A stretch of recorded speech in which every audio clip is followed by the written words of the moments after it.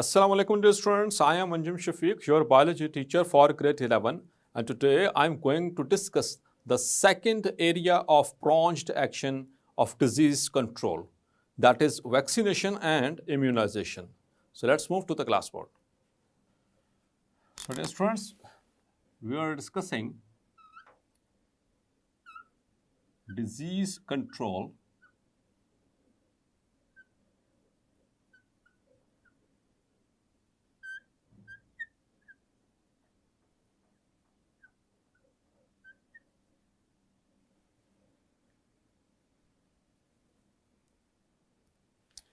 और ये सेकंड जो सर्विस है बायोलॉजी की मैनकाइंड के लिए that is disease control combating disease, बीमारी से बचने के हवाले से, और अगर बीमारी हो जाए तो उससे फिर किस तरह से निपटा जाए. So that is what we study and the disease control. Clear. So disease को कंट्रोल करने के लिए हमने बात की थी कि 3 तरह की मेथडोलॉजीज़ हैं जो कि बायोलॉजी प्रोवाइड करता है, जिसको हम यूटिलाइज करते हैं. The first one that we have already discussed, that is preventive measures.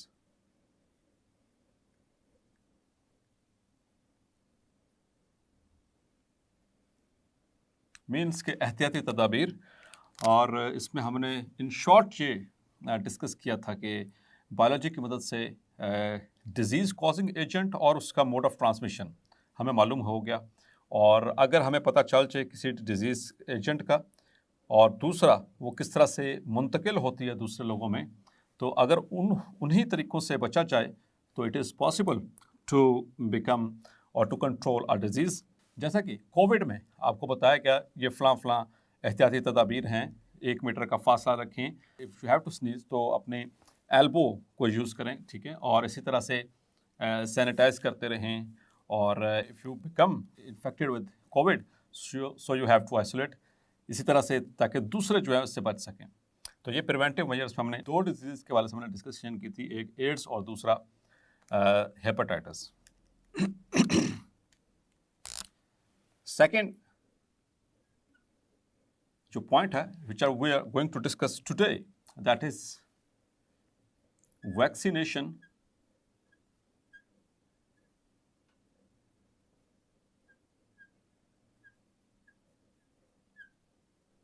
immunization.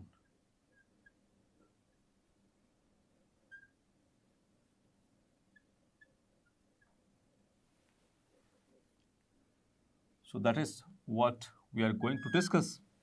तो डियर स्टूडेंट्स, एक लेमैन के लिए जो कि नॉन मेडिकल है, कोई भी शख्स ऐसा जो जिसने बायोलॉजी नहीं पढ़ी या वो नॉन मेडिकल है, तो उसके लिए तो ये जो टर्म्स हैं वैक्सीनेशन और इम्यूनाइजेशन ये इंटरचेंजेबली यूज़ होती हैं. क्लियर. उनके हिसाब से वैक्सीनेशन और इम्यूनाइजेशन तकरीबन एक है, लेकिन but we are here at the fundamental level of the biology, so we have to get the discrimination between them.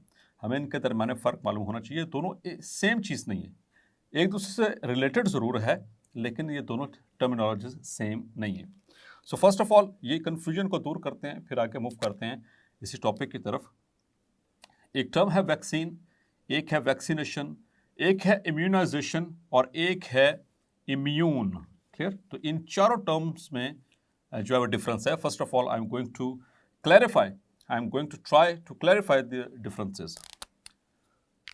So, number 1, what is vaccine? So, dear students, remember this thing that vaccine, it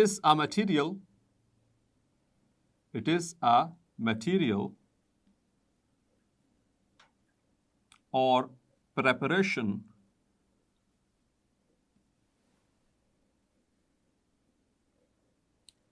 that contains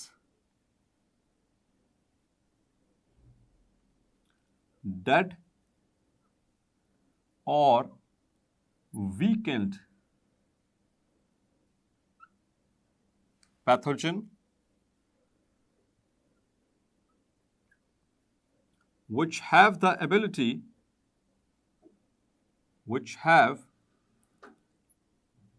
ability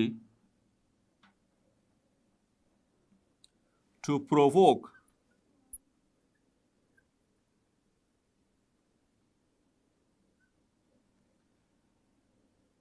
the immune system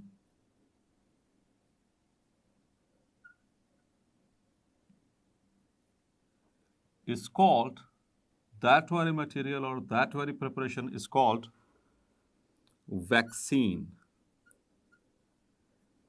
Clear? So students, a material, कोई एक ऐसा material या खास तौर पर जो preparation है वो आमतौर पर लिक्विड फॉर्म में हो सकती है. Usually it is in the form of liquid. So ये एक ऐसी प्रिपरेशन है जिसमें डेड और वीकेंड पैथोजन होगा.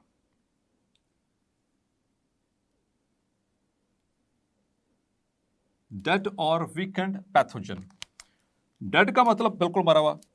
अगर कोई मरा हुआ ऑर्गेनिज्म हमारी बॉडी में जाएगा तो हमारा इम्यून सिस्टम उसको रिकॉग्नाइज करेगा. उसकी सरफेस के ऊपर खास किस्म की प्रोटीन्स होती हैं, उनको कहा जाता है एंटीजेंस. हमारा इम्यून सिस्टम उसको रिकॉग्नाइज करेगा और उसके खिलाफ फिर कुछ खास किस्म के प्रोटीन्स बनाएगा जिसको हम कहते हैं एंटीबॉडीज़. तो डियर स्टूडेंट्स, ये हमारी बुक का last topic chapter number 14 immunity, उसमें भी डिस्कस होगा ये उसके हवाले से. तो एक तो बात होगी ये मीन्स के डेड पैथोजन किसे कहते हैं? कोई भी ऐसा ऑर्गेनिज्म जो डिजीज कॉज करने की सलाहियत रखता हो. तो डेड पैथोजन इंट्रोड्यूस करवाया. अब वो मरा हुआ है, अंदर जाके मल्टीप्लाई या डिवाइड तो नहीं हो सकता, इसलिए वो बीमारी कॉज नहीं करेगा, बल्कि हमारा इम्यून सिस्टम उसको पहचानने के बाद उसके खिलाफ कुछ खास किस्म की प्रोटीन्स जिनको हम एंटीबॉडीज कहते हैं वो ज़रूर बना लेगा. क्लियर? कि अगर बाद में कभी वो जिंदा हालत में आ गया तो उसके लिए पहले से उसको मारने के लिए सामान मौजूद होगा, तो उसको मल्टीप्लाई होने नहीं दिया जाएगा. या फिर दूसरी कंडीशन है वीकेंड. वीकेंड का मतलब है कमज़ोर लेकिन जिंदा. कमज़ोर लेकिन जिंदा. ये वीकेंड का मतलब इतना कमज़ोर है कि वो बीमारी कॉज नहीं कर सकता. तो कुछ ऐसी वैक्सीन्स होती हैं जिसमें वीकेंड पैथोजन को इस्तेमाल किया जाता है, जो मरा हुआ नहीं होता बल्कि वो इतना कमज़ोर हो जाता है कि वो बीमारी कॉज नहीं कर सकता. लाइक आगे चल के मैं बताऊंगा अभी, जैसे मम्प्स, मीजल्स या रुबेला. ठीक है, ये ऐसी ख़ास तौर पर मम्प्स जो है और ये मीजल्स, इनकी जो वैक्सीन्स होती हैं, या like some other vaccines are also there, जिसमें लाइव जो है वो उसको इस्तेमाल किया जाता है वैक्सीन को. और इसके अंदर एक खासियत ज़रूर होनी चाहिए कि वो इम्यून सिस्टम को प्रोवोक कर सकता हो, मतलब कि उसको स्टिमुलेट कर सकता हो. प्रोवोक का मतलब यहाँ पर स्टिमुलेशन है. क्लियर? वैक्सीन बेसिकली थोड़ा सा इसकी हिस्ट्री में चलते हैं. So it is a Latin word. It is a Latin word which is called वैका. लातीनी जुबान में यानी लैटिन में वैका कहते हैं काउ को, विच मीन्स काउ. क्लियर? भैंस को कहते हैं. तो इसकी हिस्ट्री डिस्कवरी के पीछे एक बहुत बड़ी हिस्ट्री है जो भी मैं आपसे शेयर करूंगा. सो फर्स्ट ऑफ ऑल इनमें ज़रा डिस्क्रिमिनेशन कर लें. अगर ये आपको डेफिनेशन के लिए आ जाता है वैक्सीन, तो उसके साथ आपने फिर इसकी एग्जांपल्स भी मेंशन करनी है. फॉर एग्जांपल लाइक कोविड, और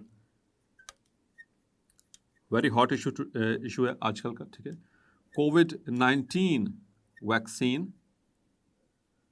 ठीक है, इसमें आपने मुख्तलिफ तरह की वैक्सीन्स के नाम सुने होंगे, मुख्तलिफ जो कंपनीज प्रिपेयर कर रही हैं, लाइक एस्ट्राजेनेका और साइनोफार्म और साइनोवैक एक्सेट्रा एक्सेट्रा, जो पाकिस्तान ने बनाई थी, that is also available there. तो सारी वैक्सीन्स हैं जो कि कोविड के खिलाफ इस्तेमाल होती हैं. इसी तरह से पोलियो का नाम सुना आपने, सो पोलियो वैक्सीन. क्लियर? इसी तरह से like the vaccine against mumps vaccine और फ्लू वैक्सीन. तो और भी बहुत सारी एग्जांपल्स हैं इसकी, आप कोई भी कोट कर सकते हैं. अब आते हैं व्हाट इज वैक्सीनेशन. वैक्सीन समझ आ गया, वो मटेरियल है, वो प्रिपरेशन है जिसके अंदर वो पैथोजन मौजूद है. Now what is vaccination? So being a medical student आपको इनमें वाज़ेह डिफरेंस पता होना चाहिए वैक्सीन और वैक्सीनेशन में। Clear? So vaccination it is the act of injecting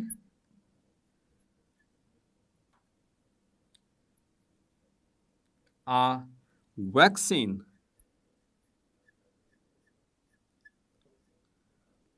or the act of administration or inoculation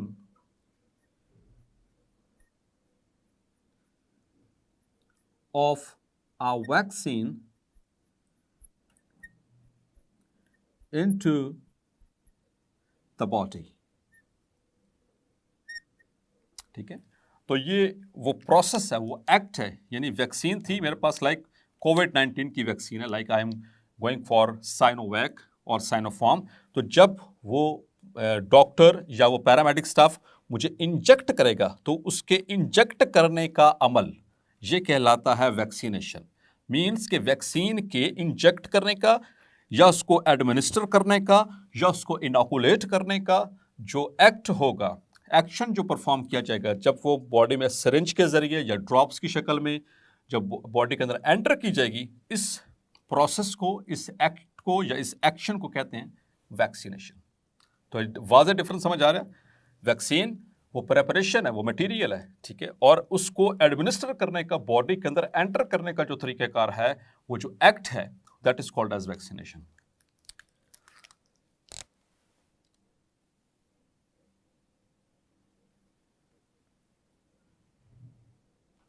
Now, what is immunization?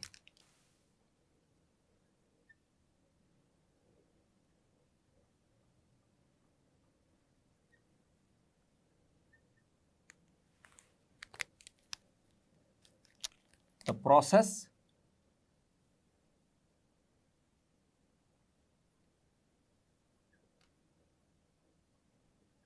of getting immune or the process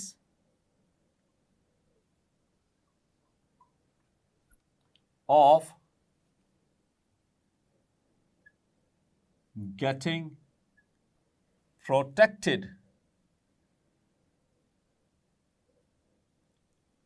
against a particular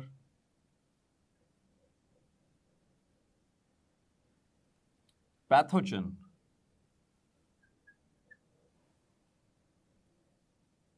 or a disease by vaccination is called immunization.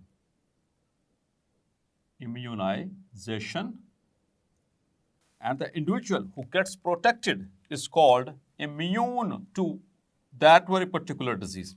अच्छा, उसको मैं मज़ीद detail में बताता हूँ, पहले इसको ज़रा क्लैरिफाई कर दूँ। The process of getting immune, वो अमल जिसके ज़रिए हम किसी बीमारी से प्रोटेक्ट हो जाते हैं, किसी पैथोजन से प्रोटेक्ट हो जाते हैं, उस अमल को कहते हैं, उस प्रोसेस को कहते हैं the process of getting immune. Immune का मतलब गेटिंग प्रोटेक्टेड, और the process of getting protected against a particular pathogen. ये खास बात, अगर आपने पोलियो की वैक्सीन जो है वो उस ड्रॉप्स की शक्ल में पी है या इंजेक्ट करवाई है, कोविड वैक्सीन, अगर कोविड वैक्सीन इंजेक्ट करवाई है तो आपकी बॉडी सिर्फ कोरोना वायरस के खिलाफ एंटीबॉडीज बनाएगी, आप उसी के खिलाफ सिर्फ इम्यून हो सकते हैं। क्लियर? ऐसा नहीं कि आपने कोविड की वैक्सीन लगवाई है और आप मीजल से भी जो है वो इम्यून हो जाएं, उससे प्रोटेक्ट हो जाएं, आप जो है वो से हेपेटाइटिस से भी इम्यून हो जाएं, ऐसा नहीं होगा। सो जो पर्टिकुलर पैथोजन एंटर किया गया है बॉडी के अंदर, डियर स्टूडेंट्स, सिर्फ उसी के खिलाफ हमारी बॉडी इम्यूनिटी अपने अंदर पैदा कर लेती है। तो वो अमल जिसके ज़रिए हमारी बॉडी इम्यून हो जाए, मतलब कि वो पर्सन इम्यून हो जाए, प्रोटेक्ट हो जाए उस ख़ास बीमारी से जिसका पैथोजन एंटर किया गया था, इस अमल को, इस प्रोसेस को कहते हैं इम्यूनाइजेशन। क्लियर? मतलब कि इसमें एंटीबॉडीज अंदर बन चुकी होती हैं। अब अगर कोई लाइव वो पैथोजन एंटर होगा भी तो वो नुकसानदेह साबित नहीं होगा, वो डिजीज नहीं कॉज करेगा। सो होपफुली, लेकिन एक खास बात, ये डिजीज बाय वैक्सीनेशन, इम्यूनाइजेशन कैसे हो रही है? Bye vaccination. और वैक्सीनेशन क्या है? वो अमल है, वैक्सीन मटेरियल या प्रेपरेशन, उसको इंजेक्ट करने का प्रोसेस वैक्सीनेशन, और उसको डिटेक्ट करने के बाद हमारी बॉडी का उसके खिलाफ कुव्वत मुदाफ़ियत बना लेना, उसके खिलाफ एंटीबॉडीज बना लेना और उसको रिस्पॉन्ड कर जाना अगर वो कभी जिंदा है। So that is called as immunization. इसी तरह से एक और टर्म यहां पर, दैट इज इम्यून।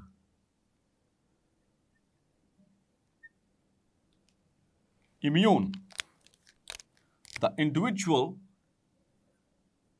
कहते हैं ना, मैं इम्यून हो गया हूं इस डिजीज से, मैं इम्यून हो गया हूं, मतलब कि मैं प्रोटेक्ट हो गया हूं फला बीमारी से। द प्रोसेस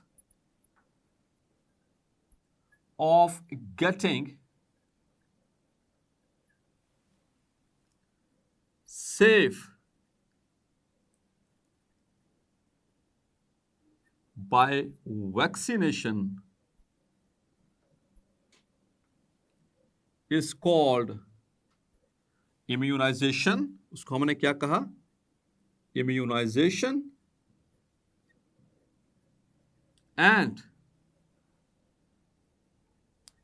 the individual, अब खास बात शुरू होने लगी है, इससे पहले इसकी मैंने बेस बनाई। and the individual who gets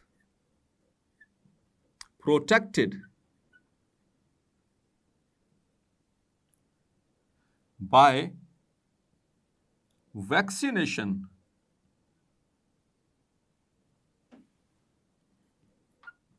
is called immune to a particular disease। immune to a particular disease। मैंने कोरोना वायरस की वैक्सीन इंजेक्ट करवाई। After few weeks now I can say I am immune to COVID vaccine, और I am immune to COVID virus. Clear? Not vaccine, vaccine तो मुझे immune करवा रही है। I am immune to polio, I am immune to diphtheria, I am immune to hepatitis, like that. इस तरह से हम कह सकते हैं। क्लियर? डियर स्टूडेंट्स, वैक्सीनेशन का जो प्रोसेस, तो ये अभी ये देखें, ये वाला प्रोसेस भी ये बचाव के लिए है, ये अगेन बचाव के लिए। अभी डिजीज हुई नहीं है और उससे बचने के लिए ये तरीक़ाकार इस्तेमाल किया जा रहा है। और ख़ास तौर पर ये ऐसी डिजीज़ जो एपिडेमिक्स में होती हैं या पैंडेमिक्स में होती हैं या एंडेमिक होती हैं, उन बीमारियों के लिए ख़ास तौर पर जो है ये वैक्सीनेशन का जो प्रोसेस है वो अमल में लाया जाता है। और डिस्कवर कब हुई थी इसकी डिटेल्स वैसे तो चैप्टर नंबर 6 में भी आएंगी इंशाल्लाह, वो फुल डिटेल के साथ।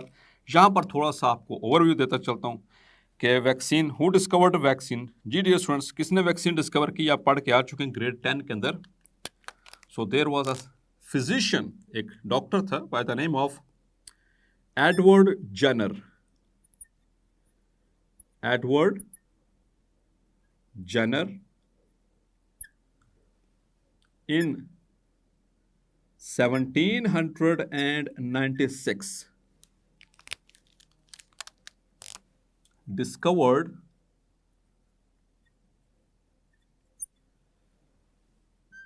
the world's first vaccine। और वो किसके खिलाफ बनाई गई थी? Against small pox, against small pox. तो इस 18वीं सदी में डियर स्टूडेंट्स स्मॉल पॉक्स ऐसे ही कुछ जो है वो समझा जाता था जैसे आजकल कोविड-19 है, ठीक है, जो कोरोना वायरस है समझा जाता है। तो उस वक्त इस वायरस ने भी काफ़ी तबाही मचाई थी, उस वक्त काफ़ी जानें इसने ली थी, लेकिन डियर स्टूडेंट्स आहिस्ता आहिस्ता फिर ये दुनिया से इरेडिकेट होना शुरू हुई। किस वजह से? By the work of this person Edward Jenner. Clear? So इसने इसका वो सारा प्रोसेस इंशाल्लाह आगे चलकर डिस्कस होगा। चैप्टर नंबर 6 में डिटेल्स आएंगी कि किस तरह से उसने, आपको याद है आपने मैट्रिक में भी पढ़ा था कि वो कॉवपॉक्स की, जो जस्ट ओवरव्यू बता दूं कि कॉवपॉक्स ये एक वायरस है जो कि लेजेंस बना देता है भैंस के, ठीक है, जो कॉज होती है, कैटल्स होते हैं, उनके जो ब्रेस्ट होते हैं जहाँ से दूध दोया जाता है, ठीक है, जहाँ से मिल्क जो है उसको निकाला जाता है। तो जो मिल्क मेड्स है उनके ऊपर उसका लेजन देखा उसने, उस लेजेंस के, और वो पस भी थी उसके ऊपर, ठीक है, ये इंसानों में भी ट्रांसफ़र हो जाती है बीमारी उनसे, कैटल से। तो उस पस को उसने उठाकर, क्योंकि उसे पता था, he was a doctor, he was a physician, कि जो पस होती है उसके अंदर डेड वाइट ब्लड सेल्स और डेड पैथोजन होता है। तो उसने क्या किया, उस पस को इनोकुलेट किया एक 8 साल बच्चे के अंदर जिसका नाम था जेम फिप्स, ठीक है, आगे चलकर भी डिटेल आएगी इसकी। और फिर उसको कॉवपॉक्स हो गई, लेकिन जब उसने उसको स्मॉल पॉक्स का जो वायरस है उसको एंटर किया, या स्मॉल पॉक्स की जो उनसे पस एंटर की, लेकिन उसको स्मॉल पॉक्स नहीं हुई। क्यों? क्योंकि पॉक्स फैमिली है, like cow pox, small pox, chicken pox, ठीक है, ये वायरस एक फैमिली है। अगर आप इसको काउ पॉक्स अंदर चला जाए, क्योंकि इनकी तकरीबन प्रॉपर्टीज़ और शेप मिलती जुलती है, स्ट्रक्चर मिलते जुलते हैं, तो अगर काउ पॉक्स का वायरस, काउ पॉक्स इतनी खतरनाक नहीं है जितनी कि स्मॉल पॉक्स है, तो इस वजह से जब इंसान काउ पॉक्स से इम्यून हो जाएगा, मतलब उस वायरस से, तो जो स्मॉल पॉक्स का वायरस है वो भी इसी फैमिली से बिलोंग करता है। जब वो एंटर होगा तो ऑलरेडी एंटीबॉडीज बनी होंगी, जिसकी वजह से स्मॉल पॉक्स नहीं हो सकती। यही इसी की आइडियोलॉजी थी। चैप्टर नंबर 6 में ज़रूर इसको सुनिएगा, क्लियर, तो उसमें इसकी डिटेल्स आएंगी। तो पहली वैक्सीन दुनिया में बनाई गई थी वो वायरस के खिलाफ ही बनाई गई थी, याद रखिए इस बात को, क्लियर, पहली वैक्सीन। और कब बनी थी? 1796 में। किसने बनाई थी? एडवर्ड जेनर ने। तो उसी वक्त, क्योंकि ये लैटिन में इसको वो, क्योंकि पस कहाँ से ली गई थी? काउ से, और लातीनी जुबान में लैटिन में काउ को कहते हैं वैका, और इसी से फिर उस मटेरियल को, उसकी पस को कहा गया वैक्सीन, और उसके अमल, उसके इंजेक्ट करने के अमल को कहा गया वैक्सीनेशन। क्लियर? और अब ये समझा जाता है, it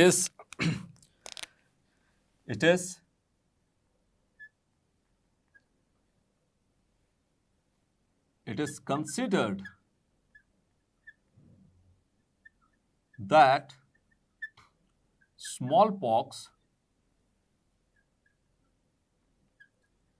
has been eradicated from the world, कि पूरी दुनिया से ये ख़त्म हो चुकी है, according to WHO, world health organization. Clear? और एड्स की बात करेंगे तो फिलहाल स्टूडेंट्स, मैंने बताया था कि उसके खिलाफ मार्केट में सक्सेसफुल यानी कि रेट्स के ऊपर जो है वो वैक्सीन अवेलेबल नहीं है। तो उससे बचाव ही हो सकता है कि जो मैंने आपको इसके प्रिवेंटिव मेजर्स बताए थे लास्ट लेक्चर में। So the experiments